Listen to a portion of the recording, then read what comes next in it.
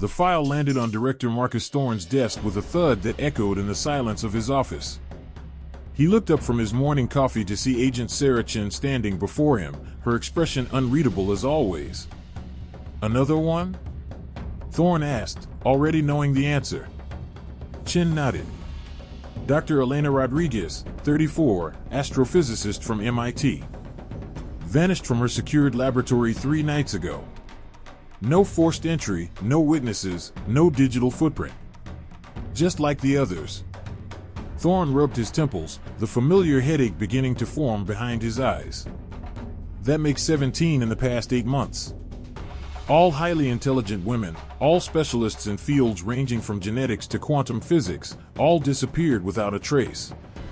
17 confirmed, Chin corrected, stepping closer to his desk. My analysis suggests there could be more. Women who've been reported as missing persons but don't fit the profile, or whose cases were closed prematurely due to lack of evidence. Thorne slid the file open, scanning the details. Rodriguez had been working on something involving dark matter detection, a highly specialized field with only a handful of experts worldwide. Like the others, she'd been at the top of her game, with no reason to disappear voluntarily. The pattern is undeniable, Chin continued, her voice measured. All disappeared between 10 p.m. and 4 a.m., all from secured locations with advanced security systems, all without leaving a single trace behind. Except for one thing, Thorne said, looking up at her. The hair. Chin nodded grimly. In every case, we've found a few strands of the victim's hair, carefully placed near the point of abduction. Almost like a calling card. Thorne closed the file and leaned back in his chair. What's your theory, Chin? Too professional for standard trafficking. Too selective for ransom. The hair suggests a ritualistic element, but the precision points to something more organized. She paused. I think we're dealing with something beyond our usual scope. Thorne considered this. Chin was his best agent, methodical, intuitive, and unwilling to accept easy answers. If she thought this was unusual, it was worth paying attention to. You want to form a special task force? He asked. I want to investigate this properly, she replied. With full resources and minimal bureaucracy. I need a team that can think outside the box. Who do you have in mind? Agent Jackson Rivers for field operations. His background in unconventional warfare could be useful. Dr. Eris Thorne for technical analysis, no relation, of course. Thorne smiled at the mention of his estranged son. Eris doesn't work for the government anymore. Not after what happened in Dubai. Which is exactly why he's perfect, Chin countered. He has skills we need, and he has no reason to protect agency protocols if he discovers something uncomfortable. Thorne considered this for a long moment. The disappearances had been bothering him for months. There was something wrong about them, something that didn't fit any known pattern of criminal behavior. All right, he said finally. Put together your team. But keep it quiet. If this is what I think it might be, we don't want to cause a panic. Chin nodded. Thank you, Director. Just one thing, Thorne added as she turned to leave. Find out what's happening to these women. That's all that matters. I will, Chin promised. Even if the truth is something we're not prepared to face. As she left his office, Thorne couldn't shake the feeling that she was right, that they were facing something far more complex and dangerous than any of them could imagine. Sarah Chin found Jackson Rivers exactly where she expected to, in the training facility, methodically dismantling and reassembling a plasma rifle with military precision. His movements were fluid, economical, the result of years of specialized training that had turned him into one of the agency's most effective field operatives. Rivers, she said, approaching him. He didn't look up. Chin. What do you need? I'm putting together a team. Special investigation. That got his attention. He set down the rifle and turned to face her, his expression curious. The disappearances? You've been following them? Hard not to. 17 of the best minds in their fields, gone without a trace. Even for me, that's impressive. Chen smiled slightly. Rivers had a way of looking at criminal activity that was almost appreciative, as if studying the craftsmanship of a particularly complex crime. I need someone with your skills, she said. Someone who can think like our adversaries, anticipate their moves. Who else is on the team? Eris Thorne. Rivers raised an eyebrow. The director's son? I heard he left under a cloud. He has skills we need, Chen replied. And he's not bound by agency politics. Always a plus, Rivers agreed. When do we start? Tomorrow. 0800, Conference Room 7. I'll be there. As Chen turned to leave, Rivers called after her. Chen? She looked back.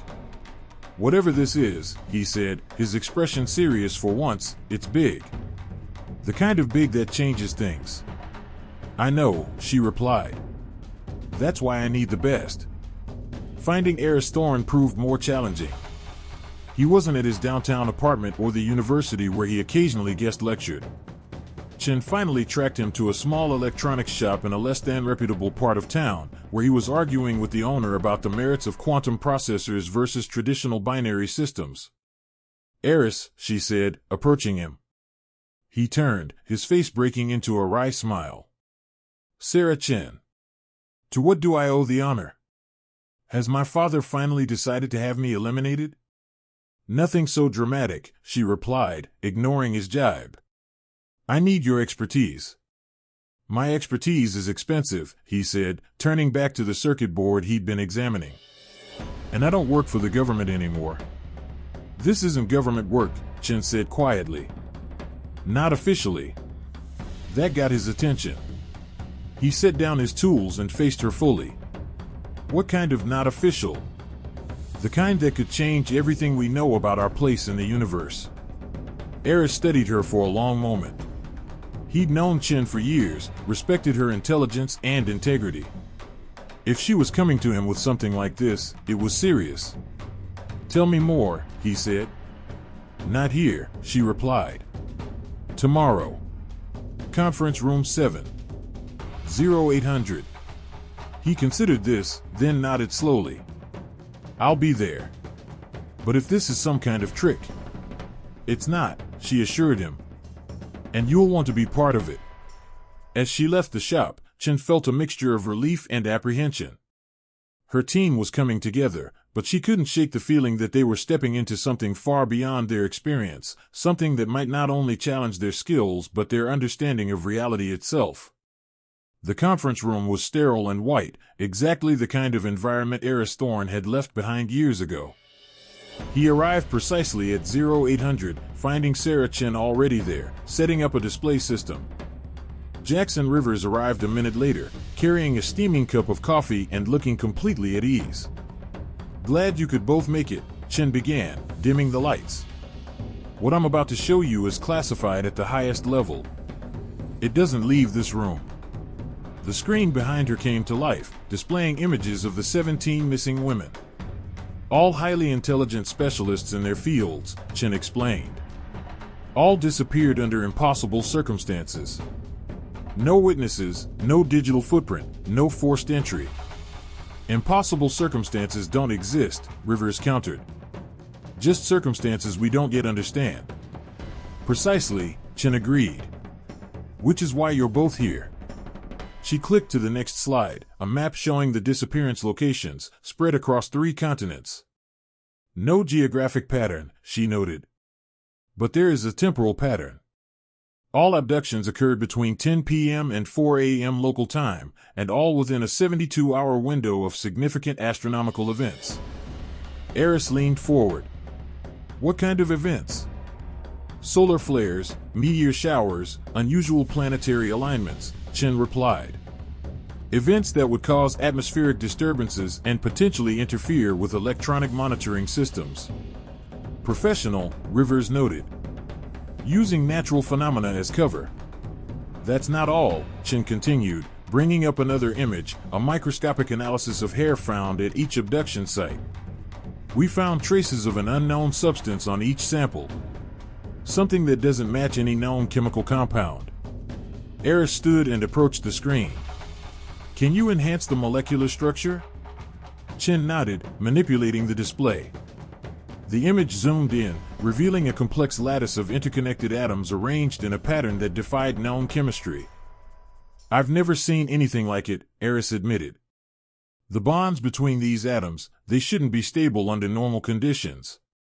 Which suggests they're not created under normal conditions, Chen finished.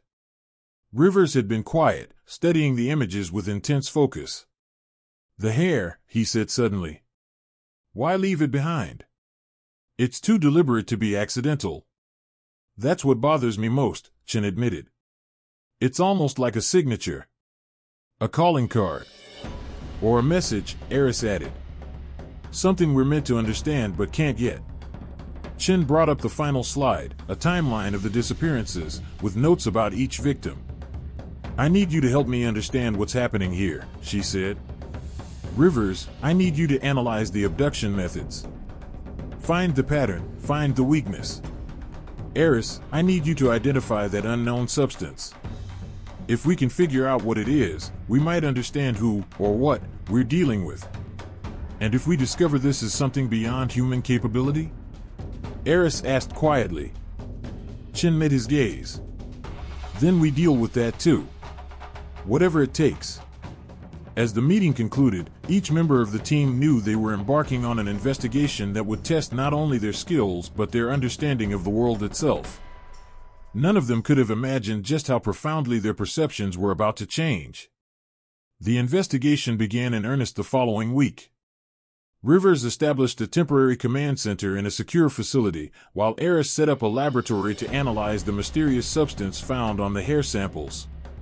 Chen divided her time between both, coordinating their efforts and pursuing her own lines of inquiry.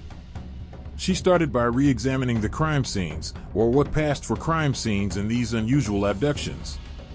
The first site she visited was Dr. Rodriguez's laboratory at MIT.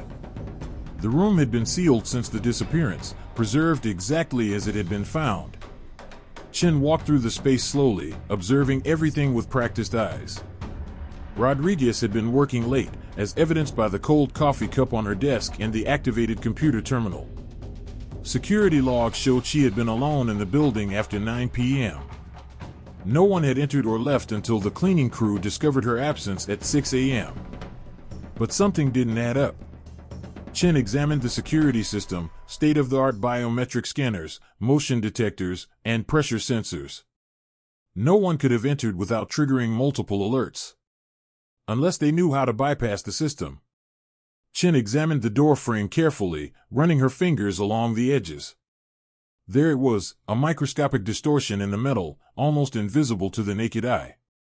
She took out a magnifying device and looked closer. The distortion wasn't random. It formed a pattern, a series of concentric circles with intricate symbols at the intersections. Nothing she recognized, but clearly deliberate. She photographed the pattern and sent it to Eris for analysis. Then she continued her examination of the room, looking for anything else out of place. The computer terminal showed Rodriguez's last actions, working on calculations related to dark matter detection. Nothing unusual there. But when Chen checked the system logs, she found something strange. A tiny gap in the recording, just 3.7 seconds where the system had inexplicably failed to capture data. Not long enough to notice in a routine check, but long enough for someone to enter and exit without being recorded. She cross-referenced this with the other abduction sites and found the same anomaly in each case, a small gap in the digital recording, always between 3 and 4 seconds.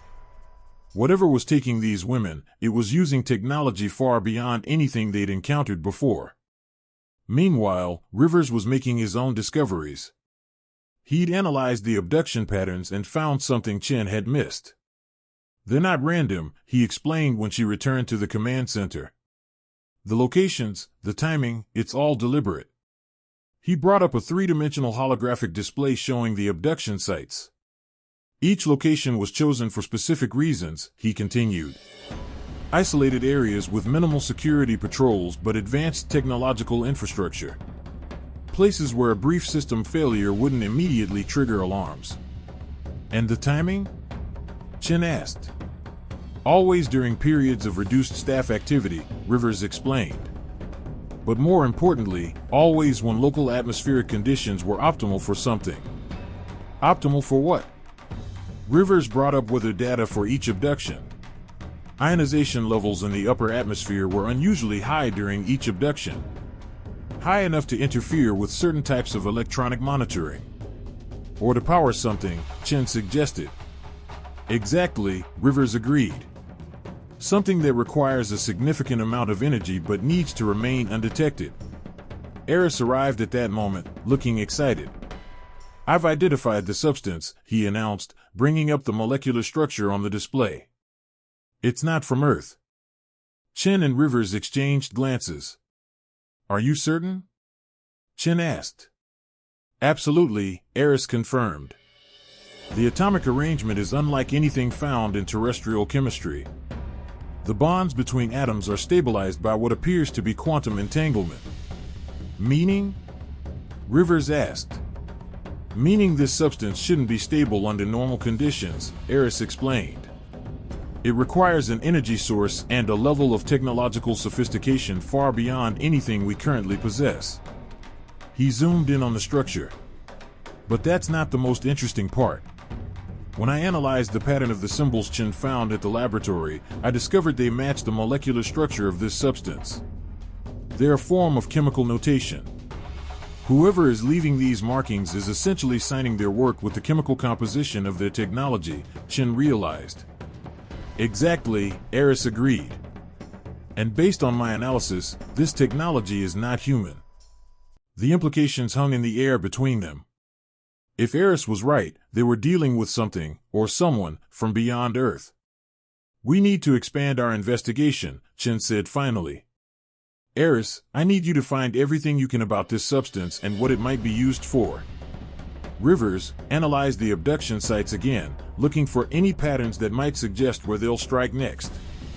And you? Rivers asked. I'm going to look into who on Earth might be helping them, Chen replied. Because whoever is doing this, they didn't come all this way without establishing some kind of foothold on our planet. The team worked through the night, each following their designated paths. As dawn broke over the city, they had uncovered more pieces of the puzzle, but with each answer came new questions, and the growing realization that they were facing something far more complex and dangerous than they had ever imagined. Chen's investigation into potential human collaborators led her down a dark path of corporate espionage and criminal enterprises. She started by examining the backgrounds of the missing women, looking for any connections that might link them together. What she discovered was troubling. Each victim had recently been approached by representatives from a shadowy corporation known as HFY Technologies. The company had a legitimate public face as a biomedical research firm, but Chen's deeper investigation revealed a much more sinister reality. HFY had been recruiting top scientific talent from around the world, offering generous research grants and access to advanced technology. When their offers were declined, the scientists often disappeared shortly thereafter. HFY's headquarters are in Geneva, but they have facilities worldwide, Chen explained to Rivers and Eris at their next meeting. All in locations with minimal government oversight and maximum privacy. She brought up a map showing HFY's global presence. These facilities are all near the abduction sites, Rivers noted, studying the display. Within 50 kilometers of each disappearance.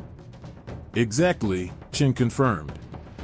And they all have something in common, unusually high energy consumption that doesn't match their reported operations. Eris leaned forward. What kind of energy? Primarily electrical, but with unusual electromagnetic signatures, Chen replied. Signatures that match the properties of the unknown substance we found. HFY is providing something to our visitors, Rivers realized. And in return, they're getting something valuable. Advanced technology, Chen said. HFY has filed patents for devices that shouldn't be possible for at least another 50 years. Quantum processors, biological regeneration systems, energy sources that defy our understanding of physics. They're trading human lives for technology, Eris said quietly. And making a fortune in the process, Chen added. HFY's market value has increased by 800% in the past year. Rivers stood and began pacing the room. We need to get inside one of their facilities. Find out what they're really doing. That's easier said than done, Chen countered. Their security is state-of-the-art, and they have connections in high places. Any official investigation would be blocked before it began. Then we go unofficial, Rivers suggested. Infiltration, surveillance, whatever it takes. Chen considered this. It was risky, but traditional methods weren't getting them anywhere fast. Eris, she said, turning to him. Can you create a device that can detect the energy signatures from the alien technology? Something portable that we could use to locate their operations? Eris nodded. I think so. It would take some time, but I can modify existing sensors to respond to the unique quantum signature of the substance. Good, Chen said. Rivers and I will identify the most vulnerable RB facility. Once Eris has the detectors ready, we'll move in. As they planned their next steps, none of them realized that they were already being watched, that RB's security systems had flagged their inquiries, and that they had attracted the attention of people who would stop at nothing to protect their secrets. #### Chapter 6, First Contact. The RB facility in rural Nevada seemed an unlikely place for advanced technological research. From the outside, it appeared to be a modest agricultural research station, with greenhouses and experimental fields stretching across the desert landscape. But Chen's investigation had revealed the truth. Beneath the innocent facade lay a sophisticated underground facility, protected by security systems that rivaled those of military installations. It's perfect, Rivers said, studying the blueprints they'd managed to obtain. Remote location, minimal civilian population, and easy access to power from the nearby grid. The power consumption is the giveaway, Chen added. They're drawing enough electricity to power a small city, but reporting only a fraction of that usage. Eris held up a device he'd been working on for the past week, a compact detector that could identify the unique quantum signature of the alien substance. It's ready, he said. If there's any of that technology within a 5-kilometer radius, this will find it. They decided to approach the facility under cover of darkness, using the desert terrain as concealment. Rivers took point, his movements fluid and practiced despite carrying a substantial amount of equipment. Chen followed, with Eris bringing up the rear, his detector held carefully in front of him. The first indication that they were on the right track came when Eris's device began to emit a low hum. We're getting close, he whispered, adjusting the sensitivity. Strong signal ahead. They continued cautiously, eventually reaching a ridge overlooking the facility. From their vantage point, they could see the true scale of the operation, a massive complex of buildings, many of them partially underground, with strange antenna-like structures rising into the night sky. This is way more than a research station, Rivers noted, passing binoculars to Chen. It's a full-scale operation. Chen scanned the facility, her eyes widening at what she saw. Those aren't antennas, she said, passing the binoculars back. They're transmitters. And they're active. Eris checked his detector. The energy readings are off the charts. They're transmitting something, and it's drawing power from whatever technology they have underground. As they watched, a strange phenomenon began to unfold in the sky above the facility. The air began to shimmer, distorting the starlight behind it. A low-frequency hum filled the air, making their teeth ache. What's happening? Chen asked, her hand instinctively going to her weapon. I think we're about to find out what they're doing with all that power, Eris replied, his eyes fixed on the sky above the facility. The shimmering intensified, forming what appeared to be a tear in the fabric of space itself. Through this opening, something began to emerge, a craft of impossible design, neither aircraft nor spacecraft as humanity understood them. It moved silently, without engines or visible propulsion systems, descending toward a landing pad that had extended from the main building. As it touched down, a ramp lowered, and figures emerged, tall, slender beings with an otherworldly grace that was both beautiful and terrifying. Aliens, Rivers whispered, his voice filled with awe and concern. They're real. The aliens moved with an economy of motion that suggested perfect physical control. Their skin had a subtle luminescence, and their features were almost human, but with an ethereal quality that set them apart. "They're humanoid," Chin noted, studying them through night vision binoculars. "But not human." Eris was frantically adjusting his detector. "The energy readings are incredible. The craft itself seems to be powered by the same substance we found on the hair samples." They watched as human figures emerged from the facility to greet the aliens, RB personnel, dressed in what appeared to be protective suits. There was an exchange of some kind, crates unloaded from the alien craft and replaced with others from the facility. "They're trading," Rivers realized. RB provides something the aliens need, and in return, they get advanced technology. But what could RB possibly have that aliens would travel across space to obtain? Chin wondered. As if in answer to her question, another group of humans emerged from the facility, women, all of them restrained and escorted by armed guards. Chin recognized one of them immediately, Dr. Rodriguez, the MIT astrophysicist who had disappeared 3 months ago.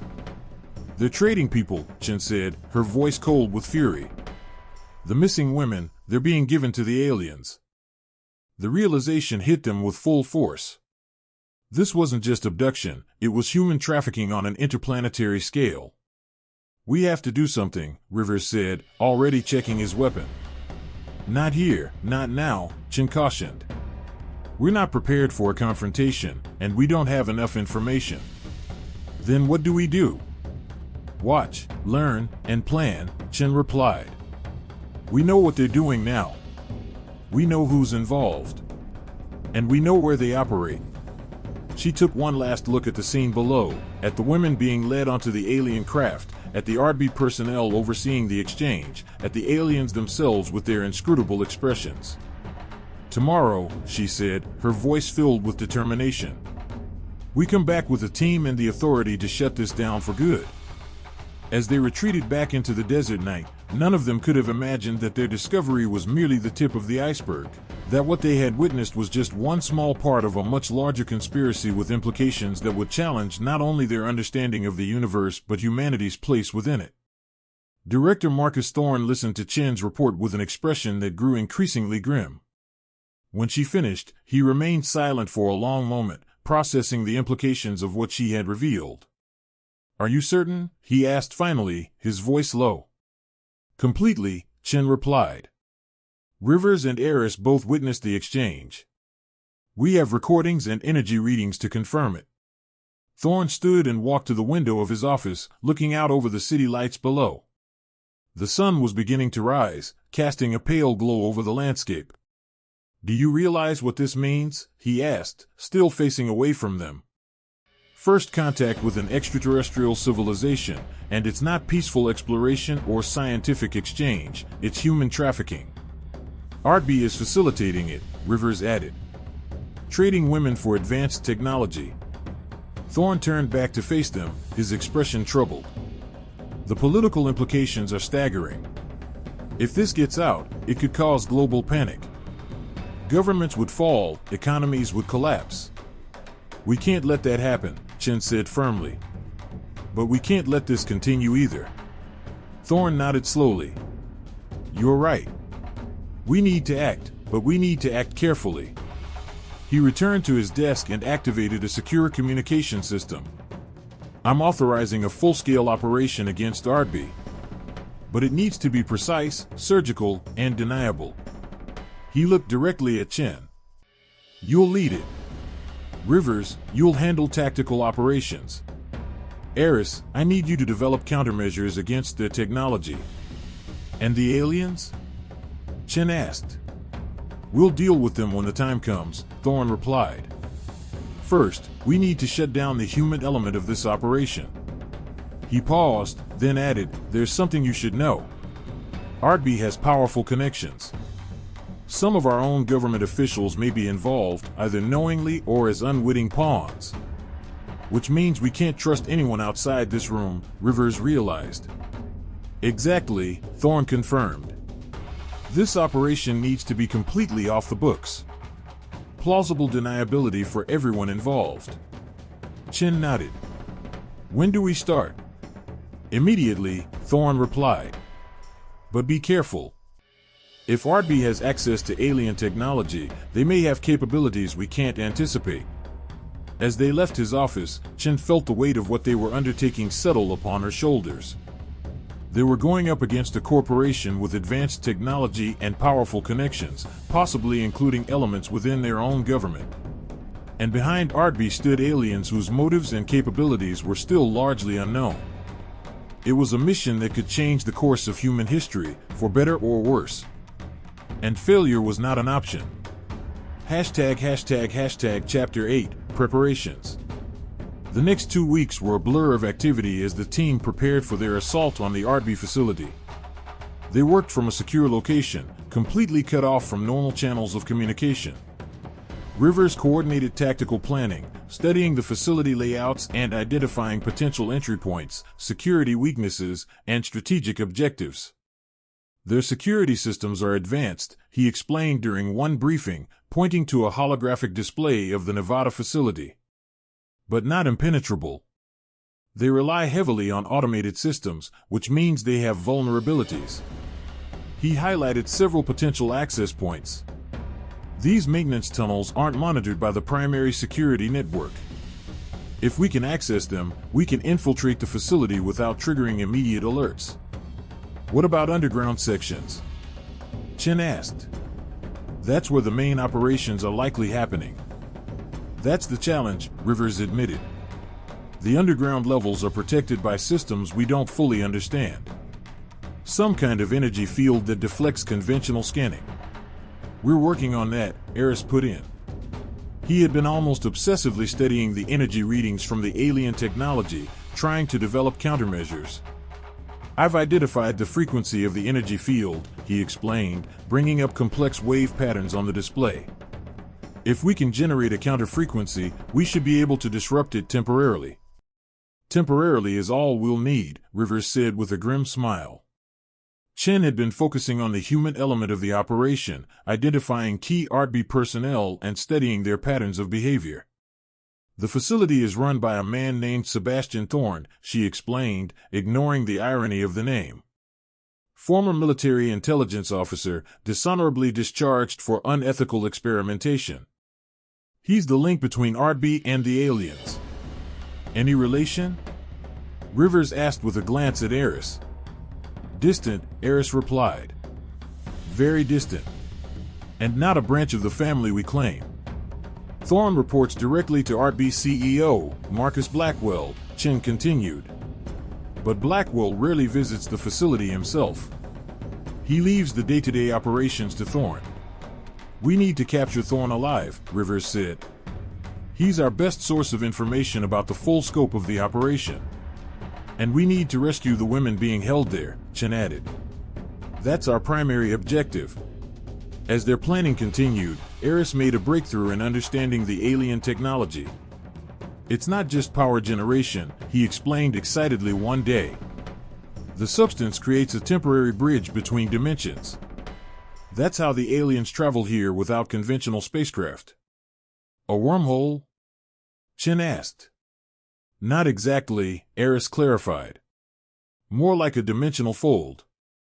They're not traveling through space so much as bringing 2 points in space together temporarily. Can we track these dimensional folds? Rivers asked. Possibly, Eris replied. If I can calibrate our sensors to detect the quantum fluctuations they create, we might be able to predict where and when they'll occur. That could give us a significant advantage, Chen noted. Both for this operation and for understanding the full scope of what we're facing. As their preparations neared completion, Thorne provided them with additional intelligence.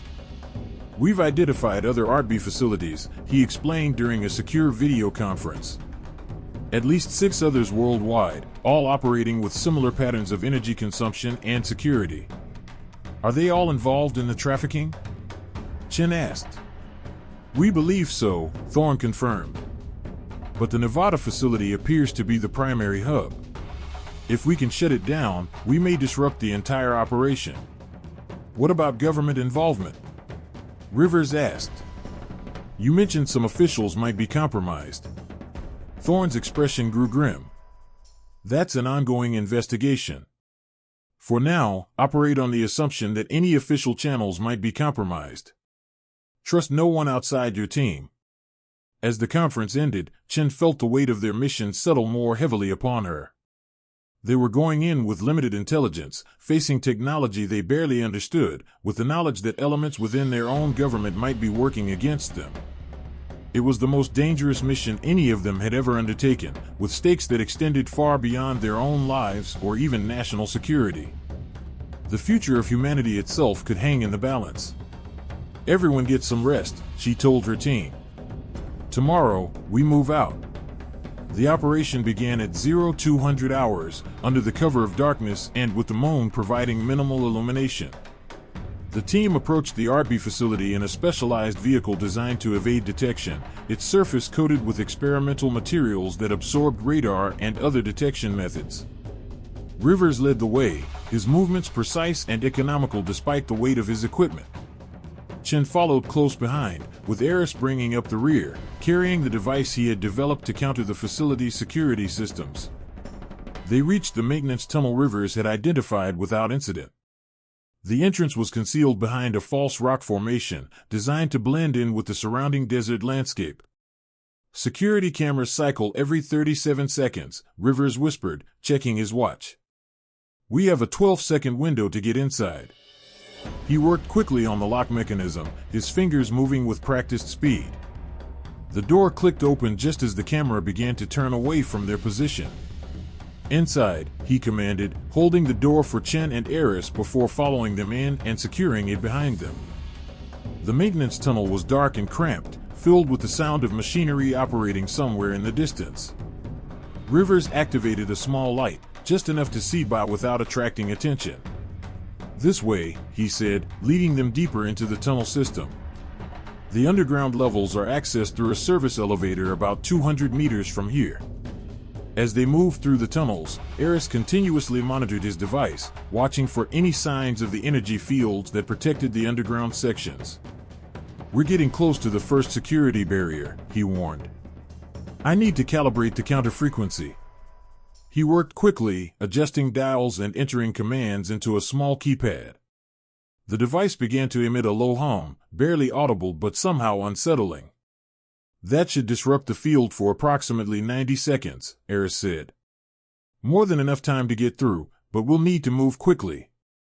They reached the service elevator without encountering any patrols. Rivers examined the control panel, then bypassed the security system with a few precise movements of his multi-tool. The elevator goes down to the subterranean levels, he explained. But there are emergency stops at each level. We'll need to get out on the third sublevel, that's where our intelligence indicates the primary operations are located. As the elevator descended, Chen reviewed the facility layout one more time, memorizing the positions of corridors, rooms, and security checkpoints. The women are likely being held in the medical wing, she said quietly. That's our first priority. The control room is on the same level, Rivers added. If we can secure that, we can disable their communications and prevent them from calling for backup. What about the alien presence? Eris asked. Are we expecting to encounter any of them during the operation? Intelligence suggests the aliens only visit during specific exchange periods, Chen replied. But we can't count on that. We need to be prepared for the possibility. The elevator stopped at the third sublevel, and Rivers carefully opened the doors, peering out into the corridor beyond. Clear, he whispered, motioning for the others to follow. The corridor was sterile and white, with lighting that seemed to come from the walls themselves. There were no visible cameras or security personnel, but Chen knew that appearances could be deceiving. The control room should be just ahead, Rivers said, checking the facility layout. But there's a security checkpoint between here and there. We'll need to disable it quietly, Chen replied. Any alarms could alert them to our presence. As they approached the checkpoint, Eris's device began to emit a warning tone. Energy field ahead, he whispered. Different from the one we countered before. More sophisticated. Can you disable it? Chen asked. I think so, Eris replied, already adjusting his device. But it will take longer, and the disruption won't last as long. Work as fast as you can, Rivers said, taking up a defensive position. We'll cover you. As Eris worked on the energy field, Chen and Rivers stood guard, their weapons ready. The silence of the corridor was unnerving, broken only by the hum of Eris's device and the distant sound of machinery. I've got it, Eris said finally. But we only have about 60 seconds before it reactivates. They moved quickly through the checkpoint, reaching the control room just as the energy field began to reestablish itself behind them. The control room was exactly as they had expected, a sophisticated command center with multiple display screens showing various parts of the facility, and a central control console that appeared to manage the entire operation. But there was one thing they hadn't expected: the room was already occupied. The figure standing at the control console turned as they entered, and Chen felt a shock of recognition. It wasn't Sebastian Thorne, the facility director they had expected to find. It was someone else entirely, someone she knew well. Director Thorne, she asked, her voice filled with disbelief. Marcus Thorne, her superior and the man who had authorized this operation, stood before them with an expression that was neither surprised nor concerned. Agent Chen, he said calmly, as if they had arranged to meet here. Agent Rivers. Eris. I was wondering when you'd arrive. Chen's mind raced, trying to make sense of what she was seeing. What are you doing here? How did you know we were coming? Thorne smiled slightly. I authorized this operation, remember? I know every detail of your plan, every move you've made. But why? Rivers asked, his weapon still trained on Thorne. Why are you here? Because I needed to see this for myself, Thorne replied, turning back to the console. To understand the full scope of what Artby has accomplished. He gestured to the displays, which showed various parts of the facility, including what appeared to be medical examination rooms and holding cells. Remarkable, isn't it? He said, his voice filled with something that sounded suspiciously like admiration. The technology, the science, the possibilities. Chen felt a cold dread creeping up her spine. You're not here to shut them down, are you? Thorne turned to face them again, his expression unreadable. I'm here to ensure their work continues. The revelation hit Chen with full force. You're part of it. Part of the conspiracy. Not part of it, Thorne corrected. I am it. I created Artby. I arranged the contact with our visitors. I orchestrated everything. Eris stepped forward, his device still in hand. The hair samples, the calling cards, that was you? A necessary element, Thorne replied. Our visitors have certain requirements, certain rituals they insist on following. The hair is part of their selection process. And the women? Chen asked, her voice cold. What happens to them? Thorne's expression grew distant. They're given a choice. A chance to be part of something greater than themselves. To help ensure the survival of not one species, but two. What kind of choice is that? Rivers demanded. Being abducted from your life, your family, everything you know? A difficult choice, certainly, Thorne acknowledged. But necessary. Our visitors face extinction. Their species is dying due to a genetic anomaly that has rendered their females infertile. Chen felt a chill run down her spine. They're using human women to reproduce. To create a hybrid species that can carry on both their legacy and their knowledge, Thorne clarified. It's a remarkable scientific achievement, one that could benefit humanity in ways we can't yet imagine. By kidnapping women and forcing them to breed with aliens? Chen asked incredulously. How can you justify that? The same way humanity has always justified progress, Thorne replied. By recognizing that difficult choices must sometimes be made for the greater good. Who's good? Rivers challenged. Certainly not the women you've abducted. Their contribution will be remembered, Thorne said vaguely. When humanity finally takes its place among the stars, their sacrifice will be honored. Chen had heard enough. We're shutting this down. All of it. Thorne sighed. Chen's words hung in the sterile air of the control room. We're shutting this down. All of it. Thorn didn't look angry. He looked disappointed, as if a favorite student had failed to grasp a simple concept. He sighed, a sound of profound weariness. Sarah, you always were so rigid. So bound by your narrow definition of right and wrong. He raised a hand, not in surrender, but in a calm, deliberate gesture. As he did, the door to the control room slammed shut with a deafening clang. The lights shifted from a soft white to a harsh, tactical red. It's a shame, Thorn continued, his voice now amplified by the room's speakers. I had such high hopes for all of you. But you forced my hand. Let us out, Thorn. Rivers snarled, raising his pulse rifle. That's Director Thorn, the man corrected, his eyes glinting in the red light. And no, I don't think I will. You see, this facility isn't just a research center. It's a fortress. And you three just walked into the most secure room in the most secure fortress on the planet. On the main console screen, the facility's layout was replaced by live camera feeds. Heavy blast doors were sliding shut all over the subterranean levels. Armed guards in tactical armor, not standard rent-a-cops, but elite soldiers, were taking up positions at key intersections. You're trapped, Chen stated, her mind already racing, calculating their options. They were few. Trapped?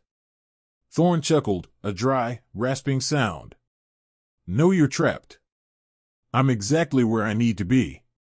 He tapped a sequence on the console. And in approximately 90 seconds, this room will be flooded with a neurotoxin that will render you unconscious. It's quite painless, I assure you. Eris was already working, his fingers flying across the screen of his custom device. He's using the facility's environmental systems. I can try to counter the purge sequence, but his firewalls are unlike anything I've ever seen. They're alien. Of course they are, Thorn said, a note of pride in his voice. A gift from our partners. A small sample of what they have to offer.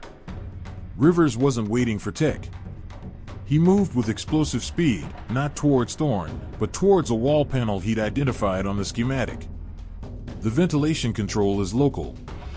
If I can sever the main conduit. Too slow, Agent Rivers, Thorn said, and with another tap, Rivers was thrown backwards as an arc of blue electricity erupted from the floor, a defensive field Thorn had activated.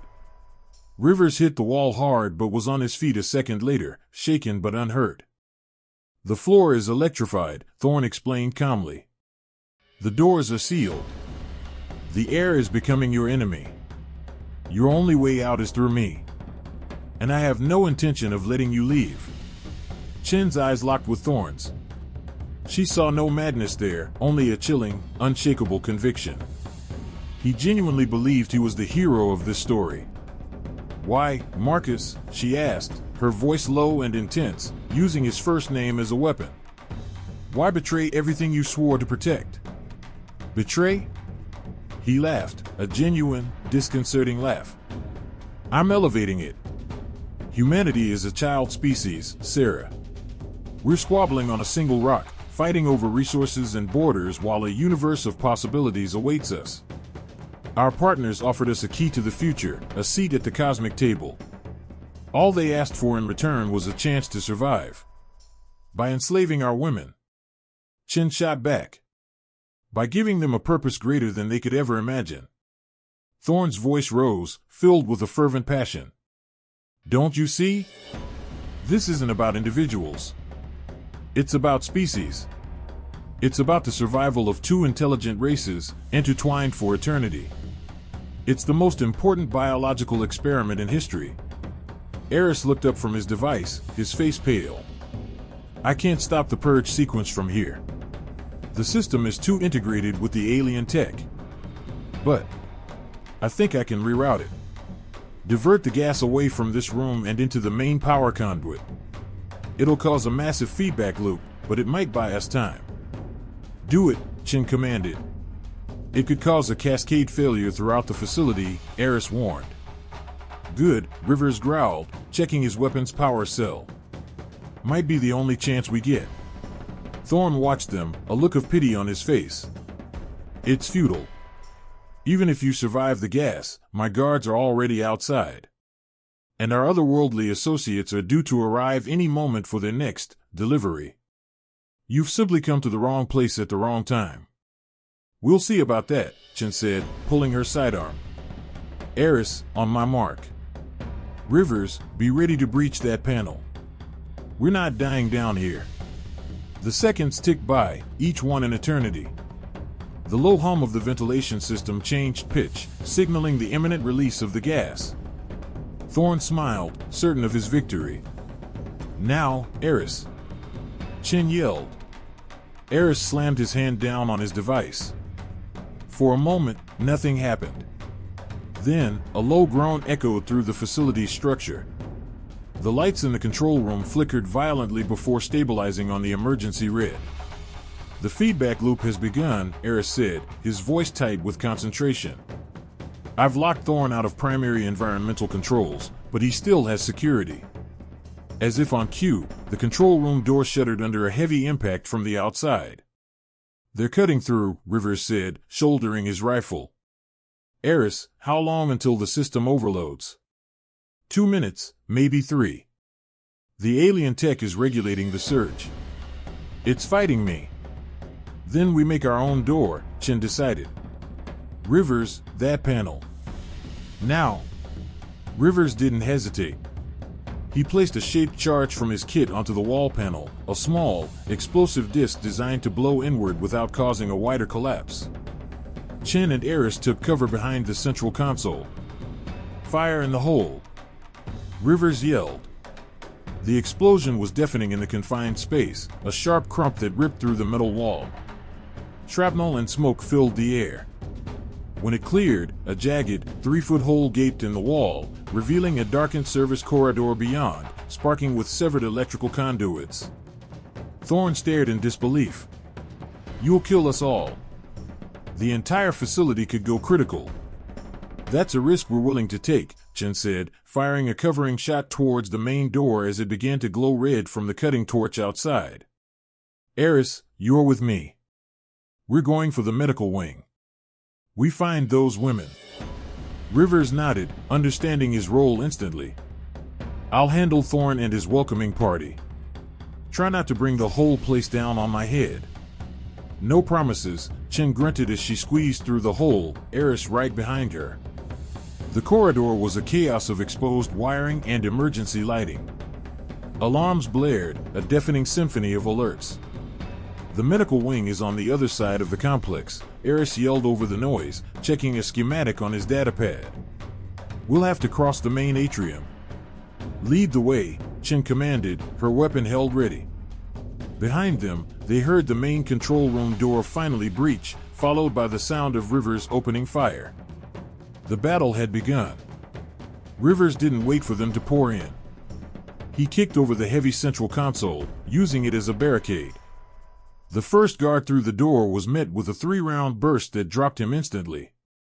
2 more followed, their advanced armor deflecting the first shots, but Rivers was a master of tactical combat.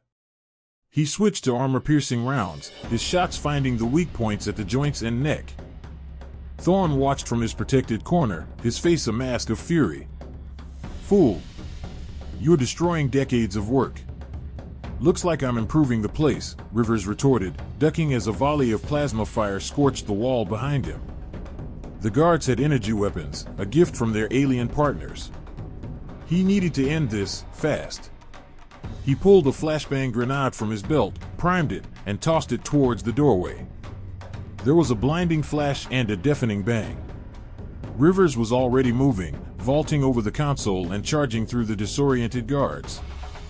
He moved like a phantom, his rifle a blur of controlled violence, neutralizing the threat with brutal efficiency. In seconds, it was over. The guards lay unconscious or dead on the floor. Rivers stood alone in the ruined doorway, his rifle trained on the one man left standing. It's over, Thorn, Rivers said, his voice cold and hard. You're coming with us. Thorn looked at the chaos around him, at the ruined controls and the bodies of his men. For the first time, a flicker of doubt crossed his face. But it was quickly replaced by a cold, calculating resolve. You think this is a victory? Thorne said, slowly backing towards a secondary panel. This is just the beginning. He slammed his hand on the panel. Initiating Protocol Omega. Eject all non-essential personnel and activate the welcome wagon. A new, more urgent alarm began to blare. A robotic voice echoed through the facility, dimensional fold activation in T-5 minutes. All human personnel, evaluate immediately. What did you do? Rivers demanded, advancing on him. I've invited our partners to the party early, Thorne said with a grim smile. And I've given them a very clear directive: secure the facility. Eliminate all hostiles. And recover the assets at all costs. Meanwhile, on the other side of the facility, Chen and Eris felt the deep, thrumming vibration that signaled the dimensional fold was opening. They're coming, Eris said, his voice filled with dread. And Thorne just locked down the medical wing. It's on full quarantine. We can't get in. Chen looked at the reinforced blast door, then at the schematic on Eris's datapad. There had to be another way. There was always another way. Find me a service conduit, she said, her voice like steel. Anything that leads into that wing. I'm not leaving those women here for them to find. Eris's fingers danced across his datapad, cross-referencing the facility's schematics with the power fluctuation data from his device.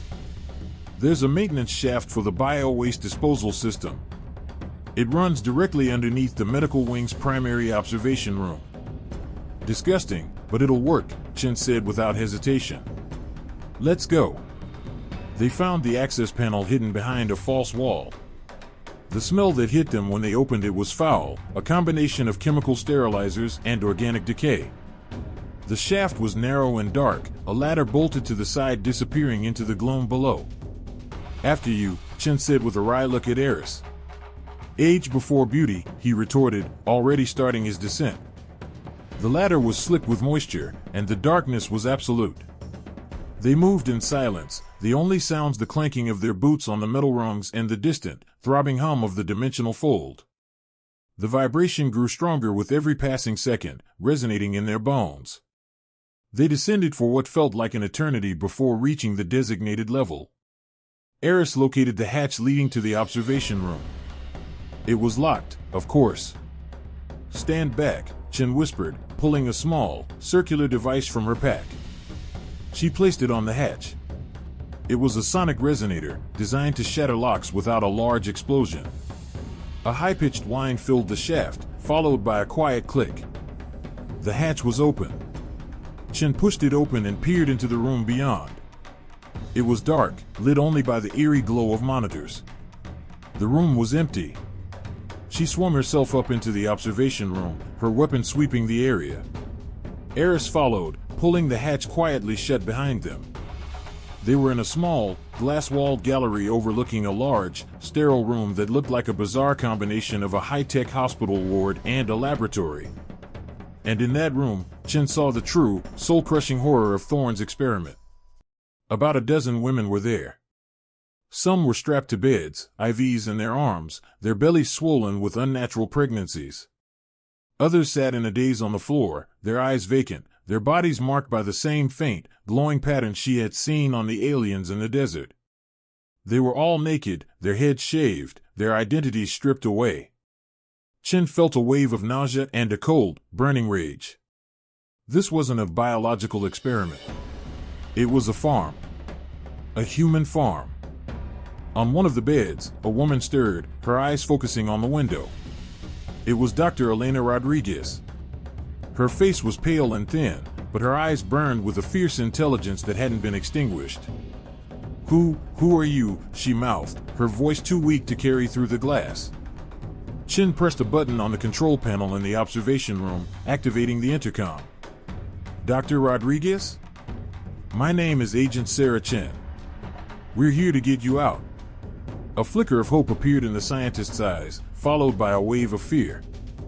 "No, you can't. They're coming. The Kthar." "The Kthar?" Chen asked. "That's what they call themselves," Rodriguez rasped, trying to sit up. "They're not dying, Agent Chen. That's a lie they tell collaborators like Thorn. A story to make them feel righteous. Chin's blood ran cold. Then what is this? What do they want? Rodriguez's eyes widened with terror. It's not about survival. It's about conquest. They can't conquer Earth directly. Our biology, our ecosystem is too hostile to them in the long term. So they're creating a hybrid army. A new generation that can survive on this world, loyal to them. We're not surrogates. We're incubators. We're the first step in the invasion of Earth. The revelation hit Chin like a physical blow. Thorn wasn't just a deluded idealist, he was a willing pawn in an alien invasion plot. The stakes were infinitely higher than she had ever imagined. Just then, the main door to the medical wing hissed open. Two Kthar warriors entered, tall and slender, their movements unnervingly graceful. They were armed with sleek, organic-looking weapons. They weren't the dignified, almost beautiful beings Chin had seen in the desert. These were soldiers. And they were here to reclaim their assets. "We're out of time," Eris said, his voice tight with panic. "The dimensional fold is fully open. They're here." Chin looked from the advancing Kthar to the terrified women in the ward below. They were trapped. The door was locked. There was no way out. But she was an agent. She didn't operate on what was possible. She operated on what was necessary. "Eris," she said, her voice dangerously calm. "Find the environmental controls for this ward.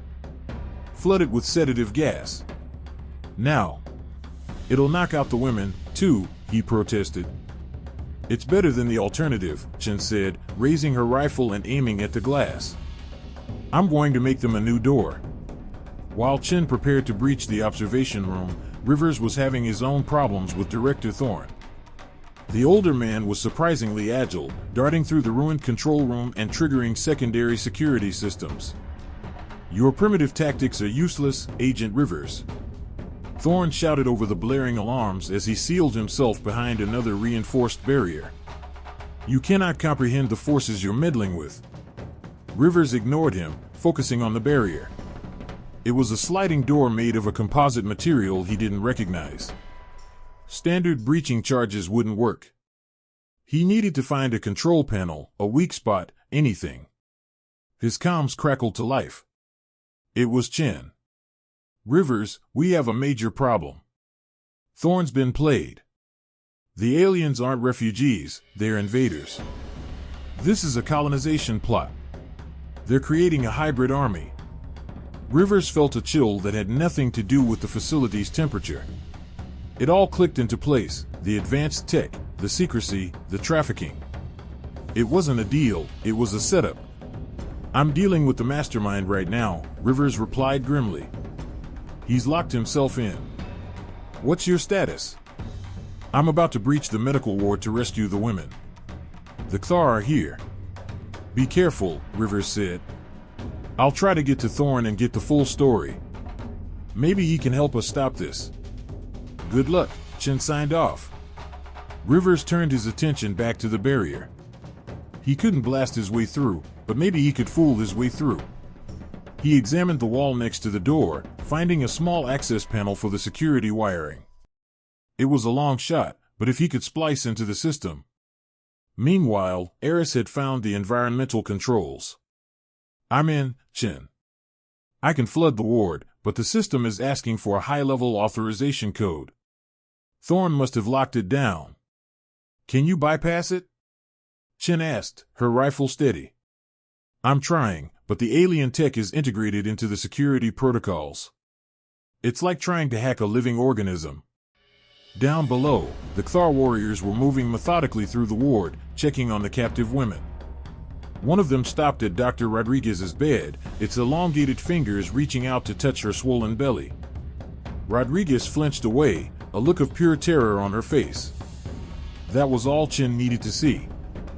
"Time's up," she muttered. She fired 3 shots into the reinforced glass. The material spiderwebbed but held. She adjusted her aim, targeting the corners where the glass met the frame. 2 more shots, and the entire pane shattered, crashing down into the ward below. The Cthar warriors looked up, their featureless faces turning towards the new opening.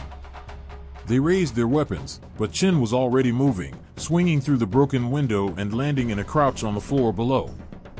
"Get down," she yelled to the women. The Cthar fired, bolts of blue plasma energy sizzling through the air. Chen returned fire, her pulse rifle rounds impacting the alien's armor. It was strong, but not impenetrable. One of her shots found a gap in the warrior's shoulder, and it stumbled back with a hiss of pain. The second warrior turned its weapon on Chen. She dove for cover behind a medical bed as the plasma blast scorched the wall where she'd been standing. Eris, still in the observation room, was frantically working on his datapad. Come on. There has to be a backdoor." He noticed something strange in the code, a failsafe protocol, a manual override in case of catastrophic power failure. It was designed to release all quarantine locks to prevent personnel from being trapped. It was risky, but it was their only shot. "Chen, I'm going to trigger a localized power surge in the medical wing systems," he yelled over the intercom. "It should trip the failsafe and unlock the doors, but it will also disable the lights and all other systems. You'll have about 30 seconds of chaos before the backup generators kick in." "Do it!" Chen yelled back, firing another burst at the Cthar. Eris hit the command. The lights in the ward exploded, plunging the room into darkness punctuated by sparks from failing equipment. The blast doors to the ward hissed and began to slide open. In the control room, Rivers finally found the wiring he needed. He spliced into the security system, using his datapad to send a false command. The barrier in front of Thorne slid open. Thorne stared in shock as Rivers stood before him, weapon raised. "It's over, Thorne," Rivers said. But Thorne's face was a mask of confusion and dawning horror. He was staring at a monitor, one that had somehow avoided the damage. It showed a live feed from the Cthar ship, now docked at the facility. But it wasn't a ship of desperate refugees. It was a warship, filled with weapons and birthing chambers and rows upon rows of hybrid infants in gestation pods. The feed also showed data that Thorne, with his high-level clearance, could understand. It was the Cthar's long-term plan. The infertility was a lie, a genetic trigger they could activate and deactivate at will. The hybrids weren't for saving their species, they were for replacing humanity's leaders, one by one, until Earth was theirs.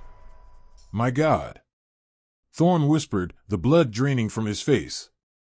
What have I done?" "You sold out your planet," Rivers said, his voice devoid of sympathy. "Now you're going to help us burn it to the ground." Chen moved through the sudden darkness, her night vision contacts giving her a clear advantage. The Cthar were disoriented by the power surge, their advanced senses momentarily overwhelmed. She took down the second warrior with a precise shot to the back of its neck. "Dr. Rodriguez!" Chen yelled, moving towards the scientist's bed. "Can you walk?" Rodriguez was already trying to untangle herself from the 4 lines. "I think so. The others, some are weak. They've been drugged." "We don't have time to be gentle," Chen said, cutting the restraints with a vibro knife. "Eris, guide the others out. The main doors are open. Head for the service elevators. We'll cover you." "What about you?" Eris asked, joining them in the ward. "We're going to make sure nothing follows us," Chen said, her eyes scanning the shadows. "Get them out of here." "That's an order." Eris nodded, his face grim with determination. He began helping the other women, some of whom were barely conscious, towards the open doors. Just then, the backup generators kicked in. The lights flickered on, and with them, a new wave of alarms. And from the main corridor, the sound of heavy, running footsteps. More Cthar were coming. "Go!" Chen yelled to Eris. She and Rodriguez took up defensive positions behind medical beds. The first Cthar warrior rounded the corner, and Chen opened fire. But this one was different. It was larger, its armor thicker, its weapon more powerful. It absorbed her shots and returned fire, a blast of plasma that vaporized the bed Chen was using for cover.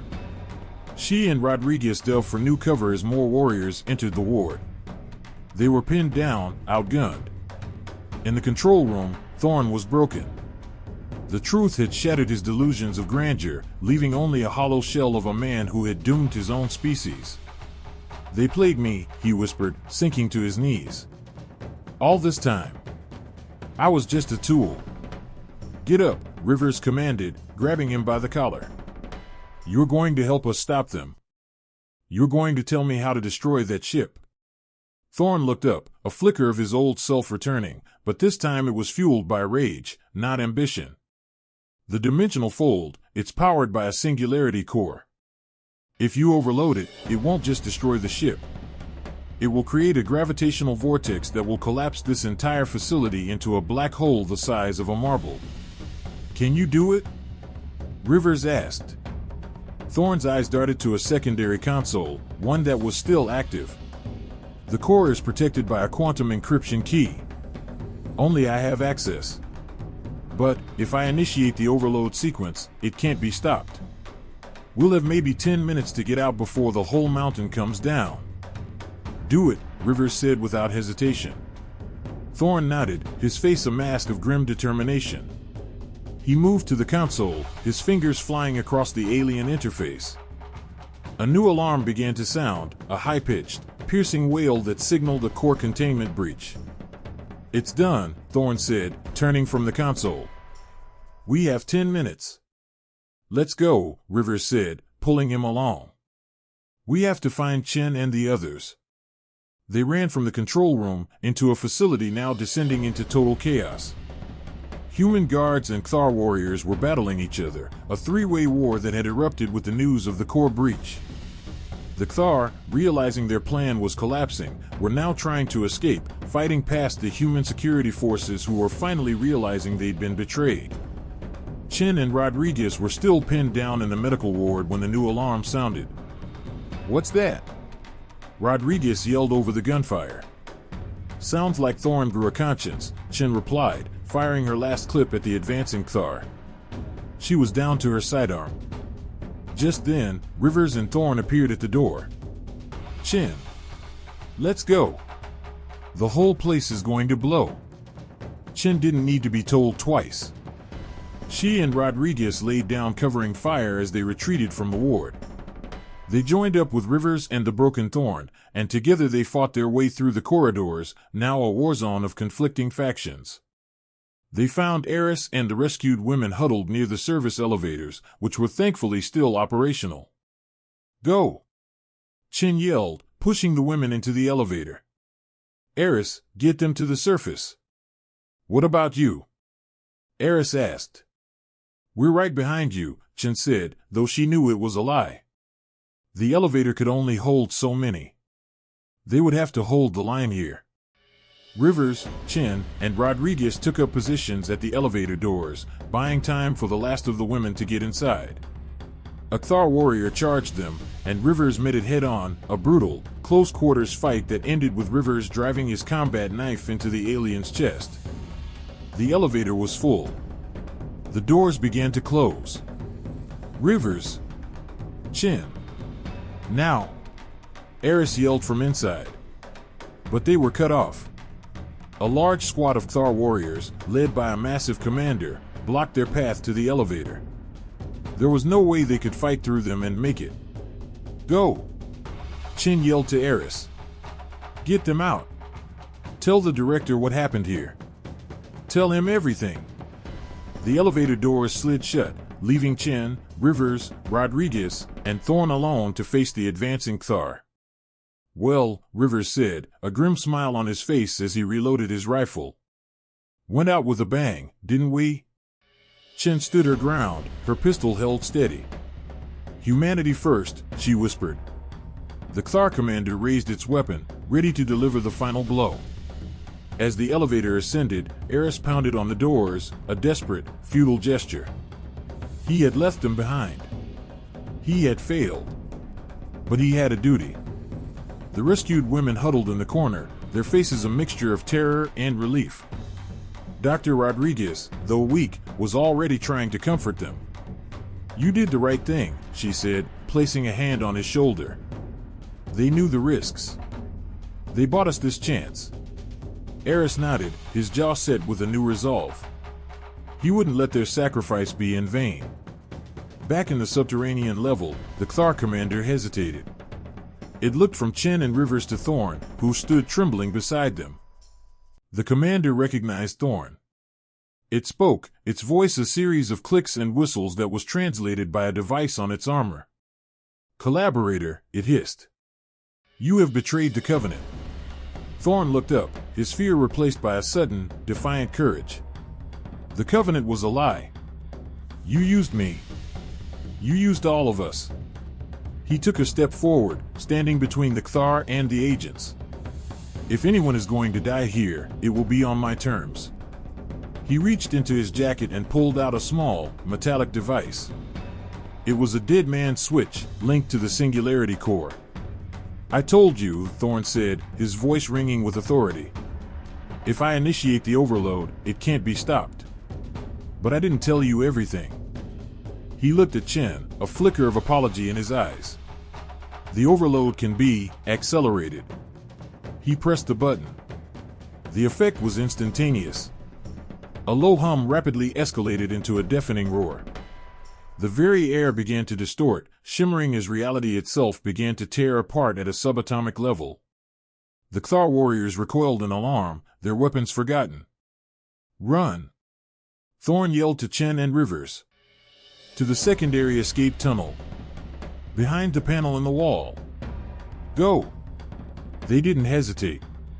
They sprinted for the wall panel Thorn had indicated, Rivers ripping it open with his bare hands to reveal a dark, narrow tunnel.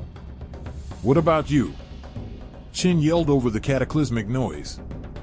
"My path ends here," Thorn said, a sad smile on his face as the gravitational pull began to increase, distorting his form. "This is my redemption. Now go. Save our world." Chen and Rivers clambered into the tunnel just as the Kthar commander made a final, desperate lunge for them. The Singularity consumed it first, the warrior and its squad vanishing into a pinpoint of infinite darkness. The tunnel shook violently as the mountain began to collapse around them. Chen and Rivers crawled, clawed, and fought their way through the darkness, driven by the sheer will to live. Behind them, they could hear the sound of an entire facility, an entire mountain, being crushed into nothingness. They finally saw a pinpoint of light ahead, the surface. They burst out of the tunnel into the cool night air, collapsing onto the desert floor just as the ground behind them gave way. A massive crater yawned open where the HFY facility had once stood, the edges still glowing with residual energy. In the distance, they could see Eris and the rescued women, running towards a waiting extraction helicopter. They had made it. They stumbled to their feet and ran, joining the others just as the helicopter lifted off, its rotors whipping the sand into a frenzy. As they rose into the air, they looked back one last time. The crater was already filling with dust, erasing the last trace of the horror that had happened there.